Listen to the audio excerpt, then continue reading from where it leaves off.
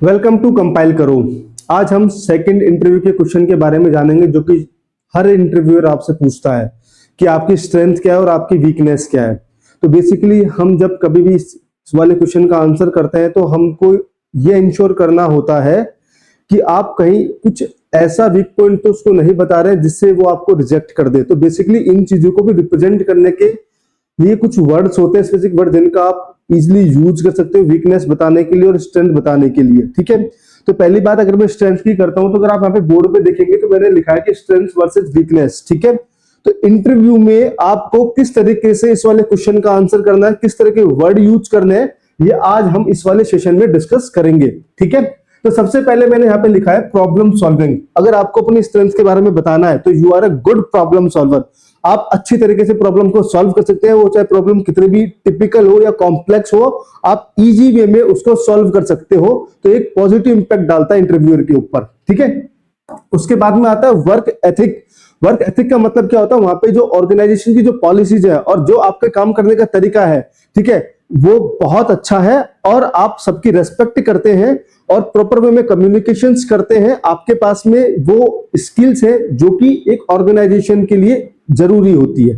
ठीक है, work ethics होते हैं, कुछ प्रिंसिपल्स होते हैं एक प्रोफेशनल वे में काम करने के। ठीक है, वो अंदर वो कैपेबिलिटी आपके अंदर है और वो स्किल्स आपके अंदर है। उसके बाद आते हैं अडेप्टेबिलिटी।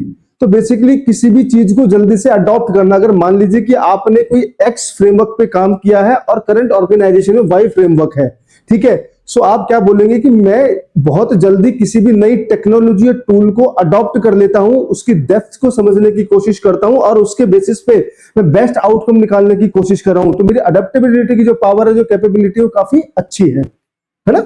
उसके बाद आता है कोलैबोरेटर। कोलैबोरेटर का मतलब क्या होता है कि आप जनरली खुद डिसीजन नहीं लेते हैं, आप जनरली लोगों से कंसल्ट करके कोलैबोरेटिव अप्रोच फॉलो करके फिर आप चीजों का आउटकम निकालने की कोशिश करते हैं। तो basically multiple point of view को जान के फिर एक फाइनल कंक्लूजन निकालेंगे जो कि उस वाले बिजनेस फीचर के लिए, प्रोडक्ट के लिए और ऑर्गेनाइजेशन के लिए फायदेमंद होगा। इसको बोलते हैं कोलैबोरेटिव बेस्ड अप्रोच। ठीक है, उसके बाद आता है टाइम मैनेजमेंट। तो आप कितना बेटर वे में टाइम को मैनेज कर पाते हैं, ये बहुत क्रिटिकल चीज है। बिकॉज जब आप किसी भी फास्ट पेस एनवायरनमेंट में अगर जाते हैं, वहां पे आपको 3 दिन में 7 दिन में किसी मेजर प्रोडक्ट की अगर डिलीवरी करनी है तो टाइम काफी इंपॉर्टेंट फैक्टर होता है स्पीड के साथ में। तो आप बेटर वे में टाइम को मैनेज कर पा रहे हो। ठीक है, तो टाइम मैनेजमेंट आपकी एक स्ट्रेंथ है। आप बेटर वे में बड़े प्रोजेक्ट को छोटे छोटे माइलस्टोन में ब्रेक करके आप वीकली डिलीवरी असाइन कर सकते हो, जिससे आपको आपके व्यू, आपका जो टाइमलाइन का व्यू है एक बेटर वे में आपको रिप्रेजेंट होता हुआ दिखाई देगा और आप उसके बेसिस पे जल्दी अपनी डिलीवरी को अचीव कर सकते हो, एग्जीक्यूशन को फास्ट कर सकते हो। ठीक है, इसके बाद आते हैं लीडरशिप स्किल। तो बेसिकली लीडरशिप स्किल का मतलब क्या है कि आपके अंदर वो कैपेबिलिटी है कि आप अपने जूनियर्स को बेटर वे में गाइड कर सकते हो, उनको ग्रो करने में हेल्प कर सकते हो, उनके डाउट्स को बेटर वे में क्लियर कर सकते हो। आप एक लीडर है और आपकी बात लोग सुनते हैं। ठीक है, तो आपके अंदर वो कैपेबिलिटी है। तो लीडरशिप की भी कुछ डिफाइन स्किल्स होती है, उसके बारे में अपन डिटेल में जानेंगे जब मैं लीडरशिप पे सेशंस लूंगा। उसके बाद किस तरीके से लीडरशिप के प्रिंसिपल्स काम करते हैं और एक अच्छे लीडर की क्या क्या क्वालिटीज होनी चाहिए। ठीक है, उसके बाद आता है अटेंशन टू डिटेल। इसका मतलब क्या होता है, तो बेसिकली जब आप किसी भी चीज को अप्रोच करने जाते हैं, ठीक है, तो पहले आप उसकी डिटेल को जानने की कोशिश करते हैं, है ना, क्योंकि बिना डिटेलिंग जाने आप अगर डायरेक्टली सॉल्यूशन पे जंप कर जाएंगे तो फिर आप शायद एक्यूरेट सॉल्यूशन ना बना पाए। तो आप अटेंशन करते हैं उस वाले पर्टिकुलर फीचर और प्रोडक्ट की डिटेल पर, उसके बाद फिर आप कंक्लूजन निकालने की कोशिश करते हैं, उसके बाद फिर आप अप्रोच को डिफाइन करते हैं। इतने सब तरीके का आप यूज करके अपनी स्ट्रेंथ को जस्टिफाई कर सकते हो और अपने स्ट्रेंथ के बारे में आप बता सकते हो। तो मैंने मेजरली सारी चीजों को यहाँ पे कवर कर लिया अगर आप देखेंगे तो। उसके बाद आता है वीकनेस। तो सबसे इंपॉर्टेंट फैक्टर होता है कि जब आप किसी भी इंटरव्यू में बैठते हो ना, तो आप स्ट्रेंथ तो इजीली बता दोगे, I am a good problem solver and I am very hard working गाय, ये सब चीजें आप बोलते हो। तो हार्ड वर्किंग वगैरह बोलने की जरूरत नहीं है, आपको बोलना है आप कॉस्ट कॉन्शियस हो, ये भी एक स्ट्रेंथ है, आप रेस्पॉन्सिबल हो, ये भी आपकी एक स्ट्रेंथ है, और आप मिनिमम बैंडविड्थ के साथ में मैक्सिमम आउटपुट निकालना जानते हैं, ये आपकी लीडरशिप स्किल्स में आता है बेसिकली। ठीक है, मतलब टास्क असाइनमेंट और डेवलपर बैंडविड्थ अलाइनमेंट, ये दोनों आप बेटर वे में कर सकते हो, ये आपकी स्ट्रेंथ है। ठीक है, उसके बाद आता है वीकनेस। सो बेसिकली वीकनेस में आपको कुछ इस तरीके से रिप्रेजेंट करना है जिससे इंटरव्यूअर इंप्रेस हो जाए। ठीक है, तो उसके लिए कुछ पॉइंट्स अपन यहाँ पे डिस्कशन करेंगे। तो जनरली मैं नो नहीं कह पाता। अगर मान लीजिए मेरे कलीग मुझे किसी काम के लिए अगर पूछते हैं तो मैं जनरली उनको ना नहीं कह पाता, मैं हमेशा उनको हाँ कर देता हूं। उसकी वजह से मेरे प्लेट पे चीजें ओवरलोड हो जाती है, फिर मुझे एक्स्ट्रा टाइम लगा के उनको कंप्लीट करना पड़ता है। तो बेसिकली आप दूसरे की हेल्प के लिए तत्पर हैं, ठीक है, आप दूसरों की हेल्प कर पा रहे हैं, आप कभी उनको मना नहीं करते हैं, ठीक है। ये आप उसको अपनी वीकनेस बता के इंटरव्यू के सामने रिप्रेजेंट करोगे। उसके बाद में आते हैं गिविंग फीडबैक। तो बेसिकली आप ये बोलोगे जब कोई भी प्रोडक्ट फीचर या फिर किसी भी तरह का जब डिस्कशन होता है तो मैं वेरी फ्रिक्वेंट फीडबैक देने की कोशिश करता हूं, ये मेरी वीकनेस है। उसके चक्कर में होता क्या है कि कभी कभार आपका जो मैनेजर है, आपकी जो सीनियर पर्सन है, उनको बुरा भी लग सकता है, बट मैं उनको फीडबैक, मैं मेरी नॉलेज के हिसाब से फीडबैक देना पसंद करता हूं, ठीक है।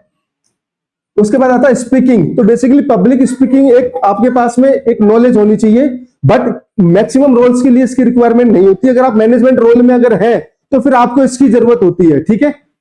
उसके बाद में आपके पास में आता है एक्सपीरियंस। तो बेसिकली आपने अगर मान लीजिए किसी एक्स टूल पे काम किया और आपको करंट कंपनी में वाई टूल पे अगर काम करना है, तो आप उसको क्लियरली बोलेंगे कि मैंने अब तक एक्स टूल पे काम करा, इस वाले टूल की मुझे अभी एक्सपीरियंस नहीं है, नॉलेज नहीं है, बट मिनिमम टाइम के अंदर मैं इस चीज को अडॉप्ट कर लूंगा। मेरे अंदर वो कैपेबिलिटी है कि मैं with in the 7 days 15 days और 3 वीक्स मैं इस चीज को अडॉप्ट करके बेटर आउटकम निकालने की कोशिश करूंगा, ठीक है। क्योंकि आपने क्लियरली उनको मेंशन कर दिया कि मुझे इस वाले टूल की नॉलेज नहीं है, बट मैं इजीली इन चीजों को अडॉप्ट कर सकता हूं, ठीक है।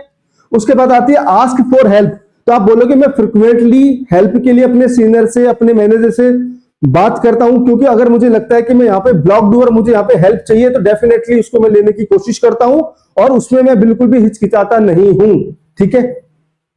उसके बाद आती है डेलीगेटिंग। डेलीगेटिंग का मतलब क्या होता है?